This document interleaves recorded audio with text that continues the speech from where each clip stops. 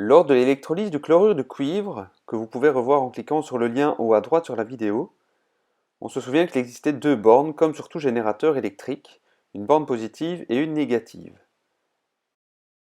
Sur la borne positive, on avait une accumulation de chlore sous forme d'un gaz appelé dichlore, et sur la borne négative, une accumulation de cuivre. Pourquoi le chlore s'accumulait-il spécifiquement sur la borne positive et le cuivre sur la borne négative? C'est la question à laquelle nous allons répondre aujourd'hui dans cette vidéo.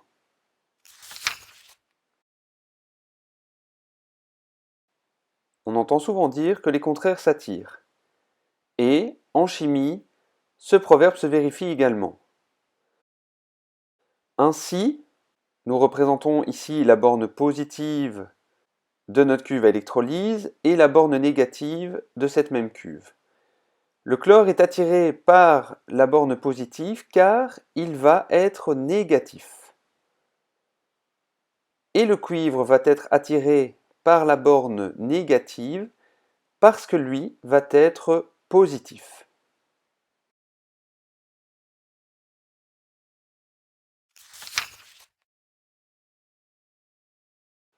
Pourtant, on se rappelle que lors de l'historique du modèle atomique, nous avons vu que les atomes devaient être neutres. Mais, ici, les atomes se trouvent en solution, c'est-à-dire qu'ils ont été dissous dans un solvant, dans ce cas-ci de l'eau. Et donc, ces atomes vont posséder une charge électrique. C'est ce que l'on appelle des ions.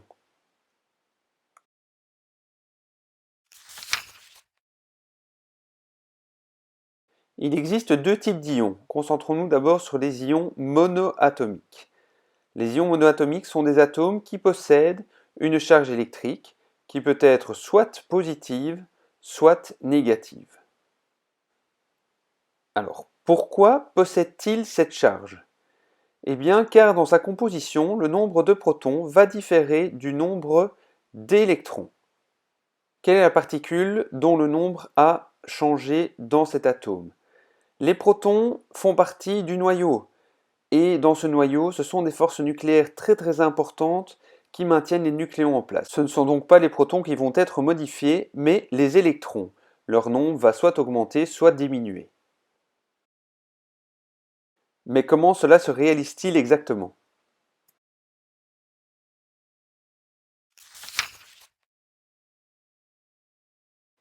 Il faut se rappeler que parmi les atomes, il existe des familles. Prenons l'exemple de la famille 8A, également appelée parfois famille 0. Ce sont ce que l'on appelle les gaz nobles. Ils sont appelés comme cela en raison de leur faible interaction chimique. On dit d'eux qu'ils sont stables chimiquement. Du numéro de la famille, on peut en déduire que tous les atomes qui s'y trouvent contiennent 8 électrons externes ou électrons de valence. Et c'est cela qui leur confère une stabilité chimique.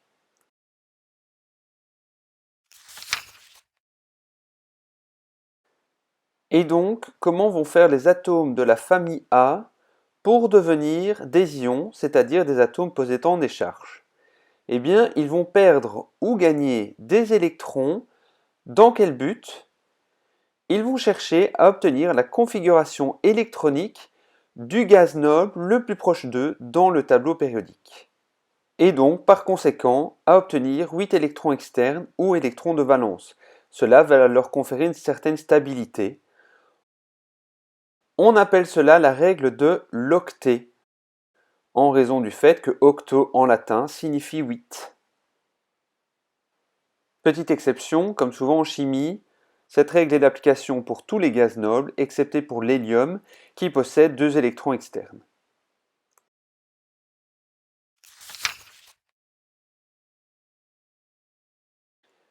Prenons l'exemple concret du calcium. Grâce au tableau périodique, on peut en déduire qu'il possède une configuration électronique de K2, L8, M8, N2. Il possède donc 20 électrons au total. On représente cet atome selon le modèle de Bohr avec 20 protons et 20 neutrons dans le noyau. Aidons-nous du tableau périodique. En laissant de côté les atomes des familles B, on recherche le calcium. Le gaz noble krypton se trouve à 6 emplacements de lui. Alors que l'argon, le gaz noble qui est juste avant lui, se trouve à 2 emplacements. L'argon est donc le gaz noble le plus proche de lui et possède une configuration électronique K2L8M8, c'est-à-dire 18 électrons au total.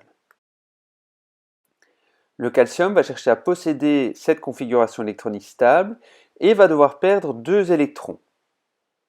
On représente donc l'ion calcium selon le modèle de Bohr, toujours avec ses 20 protons et ses 20 neutrons, mais ayant 2 électrons de moins sur sa couche N, celle-ci disparaît alors. On peut réaliser à ce stade ce qu'on appelle une équation d'ionisation qui va présenter la transformation de l'atome en ion. On y note donc le symbole de l'atome, ainsi que le nombre d'électrons qu'il perd au-dessus d'une flèche afin de mettre en évidence cette transformation. L'ion calcium possède 18 électrons et 20 protons. Il a donc un surplus de 2 protons. Il va donc former du Ca2+, c'est-à-dire du calcium possédant 2 charges positives. Le 2+, c'est-à-dire la charge, étant inscrit en exposant à côté du symbole atomique.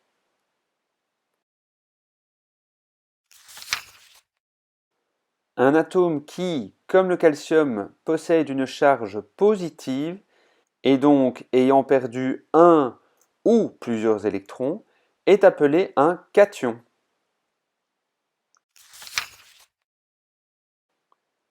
Prenons un second exemple, cette fois-ci l'exemple du chlore. Il possède une configuration électronique de K2L8M7, c'est-à-dire 17 électrons au total. Voici sa représentation selon Bohr, avec les 17 protons dans le noyau et les 18 neutrons.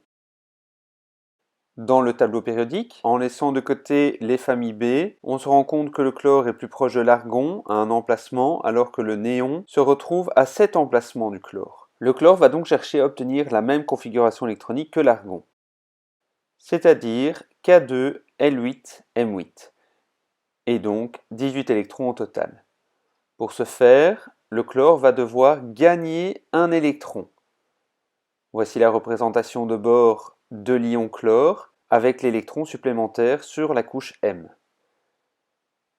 On peut représenter l'équation d'ionisation avec le symbole de l'atome chlore qui gagne un électron. L'ion chlore possède 18 électrons et 17 protons, il a donc un surplus d'un électron. Il va donc former l'ion Cl-, possédant donc une charge négative inscrite en exposant à côté du symbole atomique.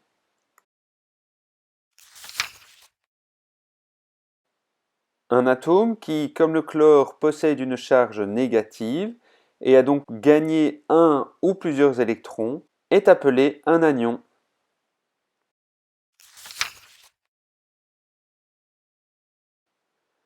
Parmi les ions, on peut donc distinguer les cations, qui sont des atomes possédant une charge positive, et l'anion possédant une charge négative. Petit moyen mnémotechnique pour retenir ces deux termes. Le mot cation contient plus de lettres que le mot anion, qui en contient moins. Le cation est donc celui qui possède une charge positive et l'anion celui qui possède une charge négative.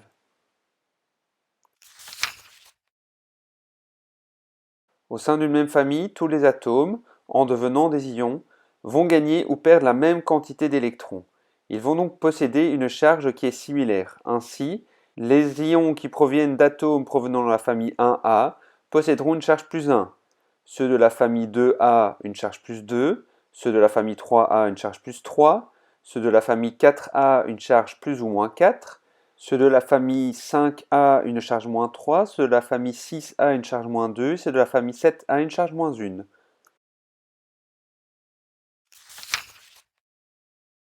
En ce qui concerne les atomes de la famille B, ils vont suivre des règles d'ionisation un peu particulières.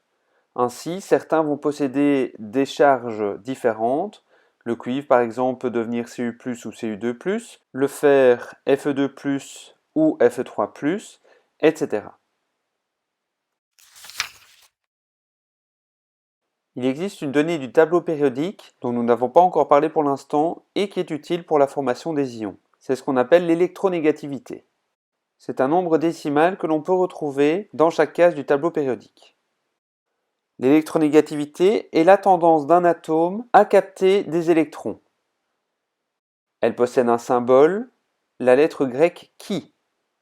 Si cette électronégativité est importante, l'atome aura une grande tendance à capter des électrons, il va donc devenir un anion. En revanche, si l'électronégativité est faible, ça veut dire qu'il possède une petite tendance à gagner des électrons, il va même avoir tendance à en perdre, et donc devenir un cation. Il existe une deuxième sorte d'ions, les ions polyatomiques. Ce sont les groupements d'atomes, d'où le terme poly qui veut dire plusieurs, qui vont posséder une charge électronique positive ou négative. Contrairement aux ions monoatomiques, ces charges sont à retenir par cœur. Voici une petite astuce. On écrit la phrase « Ô notre magnifique Clovis », que le son poster, en 3 lignes, comme sur l'illustration. On numérote la ligne 1, -1, la 2, -2 et la 3, -3.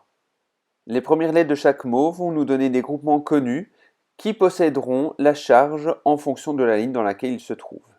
Ainsi, O va nous donner le groupement hydroxyde OH-, NO va nous donner le nitrite et le nitrate possédant une charge -1, Magnifique va nous donner le groupement permanganate possédant une charge -1, et Clovis va nous donner l'hypochlorite, le chlorite, le chlorate et le perchlorate possédant tous une charge -1. Col va nous donner le groupement carbonate possédant une charge 2-, et son va nous donner les groupements sulfite et sulfate possédant une charge 2- également.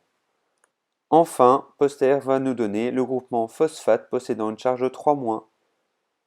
En dehors de ces astuces, il faut retenir que l'ion ammonium possède une charge +1.